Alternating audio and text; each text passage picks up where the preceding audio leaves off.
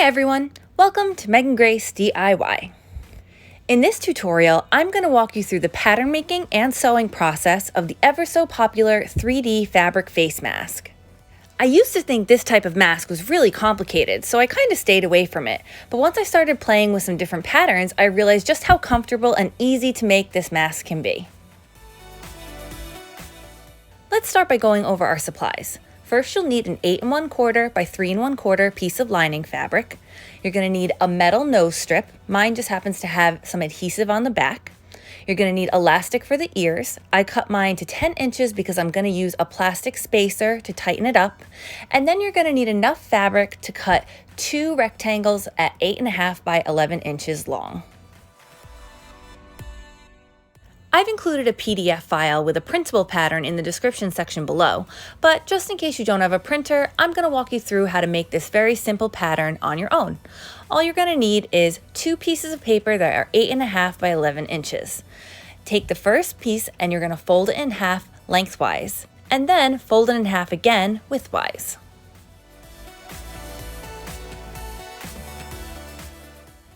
Take a ruler and go to the unfolded non-center of the paper corner, and you're going to mark 2 inches on each side. Then angle your ruler to connect the dots. Using your paper cutting scissors, cut along the line you just drew. This should be cutting off the 4 corners of the paper. If you end up with a hole in the middle, then you cut the wrong side.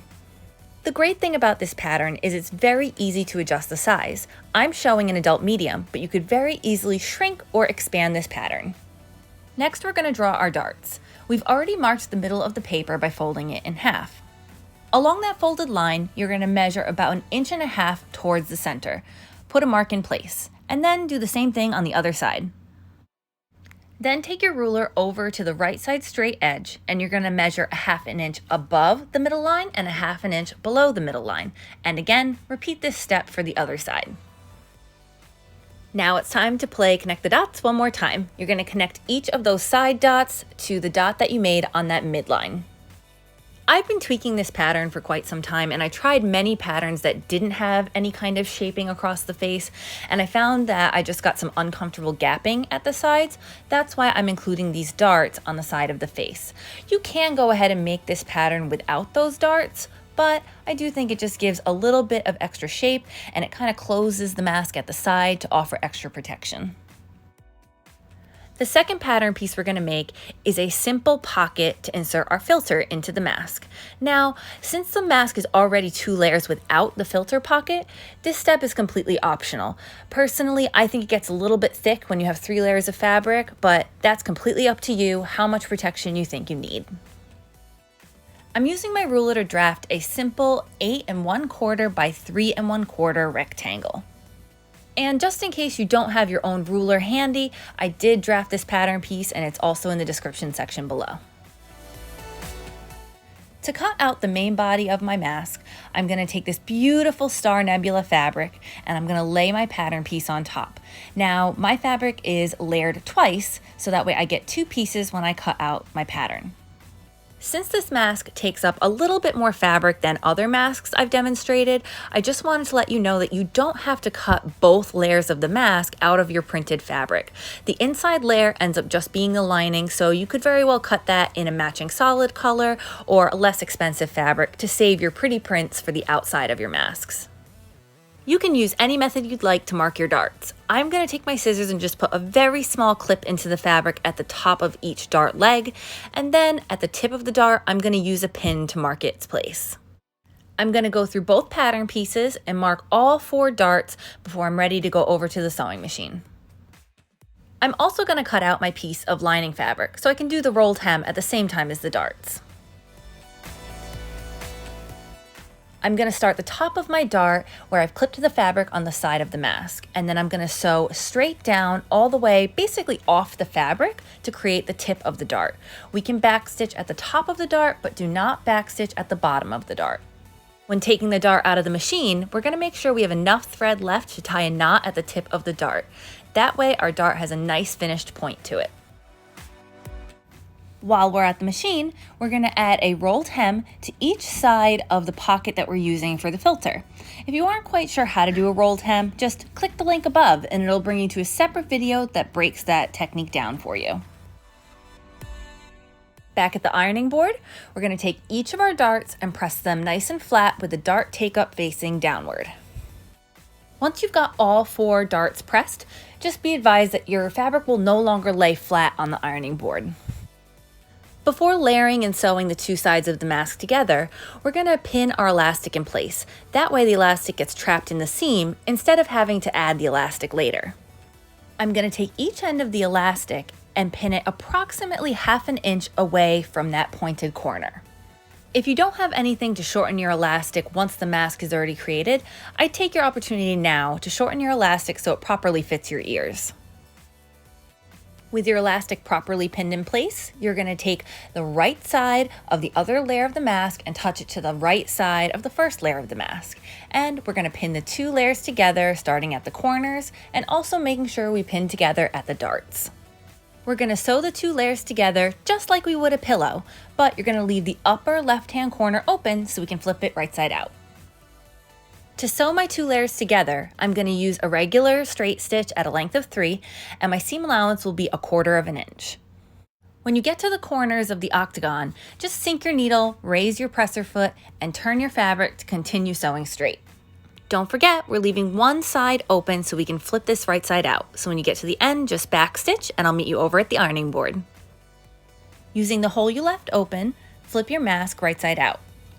It's going to be very tempting to take your scissors and put them inside to make all of your corners nice and pointy. But unless you have a specific point turner, I really don't recommend it because that's a surefire way to get holes in your mask. Take a nice hot iron to press each edge of the mask. Try to get them as crisp as possible so when we do the folding part, your measurements are accurate. Don't forget about the side we left open. We're going to take that side and fold the edges inward at the same seam allowance that we sewed the entire mask at, about 1/4 inch. And then we're going to press it down so that way when we go over to the machine, we can stitch that hole closed. But before we stitch that hole closed, we need to insert our metal nose strip. Most masks I say can work without a strip or not, but this is one of those masks that you really do need the metal nose piece to keep the mask up on your face. To make sure I'm putting the nose strip in the center of the mask, I'm starting by marking the center of the mask fabric that I have, and then I'm measuring how long my nose strip is. They can vary depending on where you get your nose strips from. I'm going to mark where the end and the beginning of my nose strip should be. So that way when I'm inserting it into the fabric, I know where I should stop and stick it in place. Once I've got my nose strip where I want it, I'm going to do a stay stitch coming down, going across the bottom of the nose strip, and then coming back up. Even if you have a sticky nose piece, I still recommend doing this stay stitch to keep it in place. While I'm still at the machine, I'm going to close the hole up, and you'll notice that I'm using a teal thread. I'd recommend you use a thread that matches your mask, but I use a lighter colored thread on demonstrations just so you guys can see where my stitching is. Now it's time to do some magic folding with this mask that creates the final shape. The first fold line is going to be across the top, and I'm folding right above where my elastic sticks out of the mask.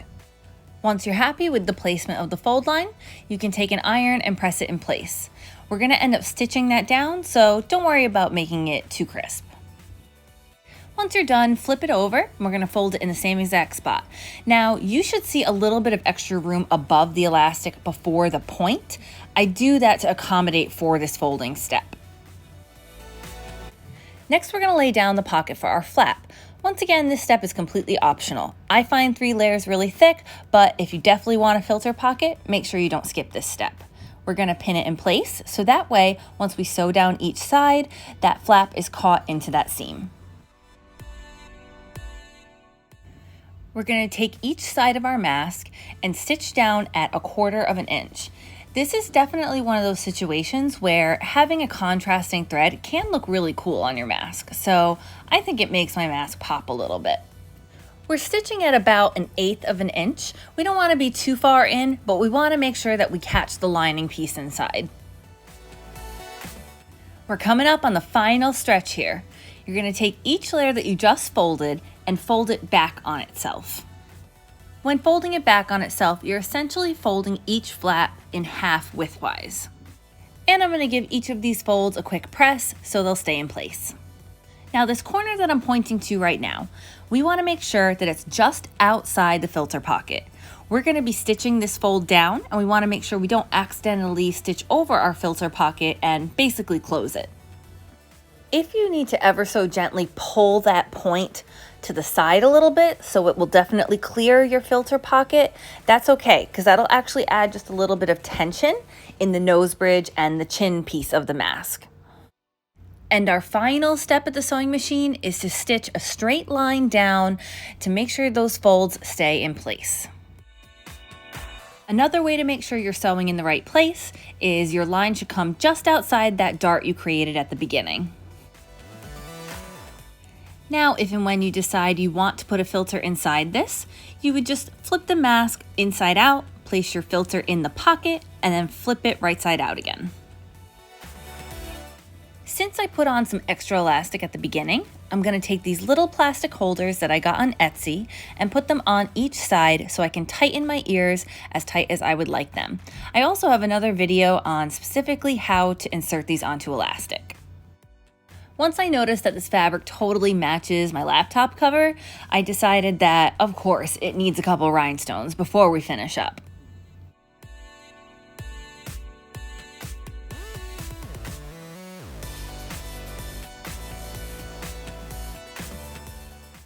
And now, of course, for the best part, the fit test.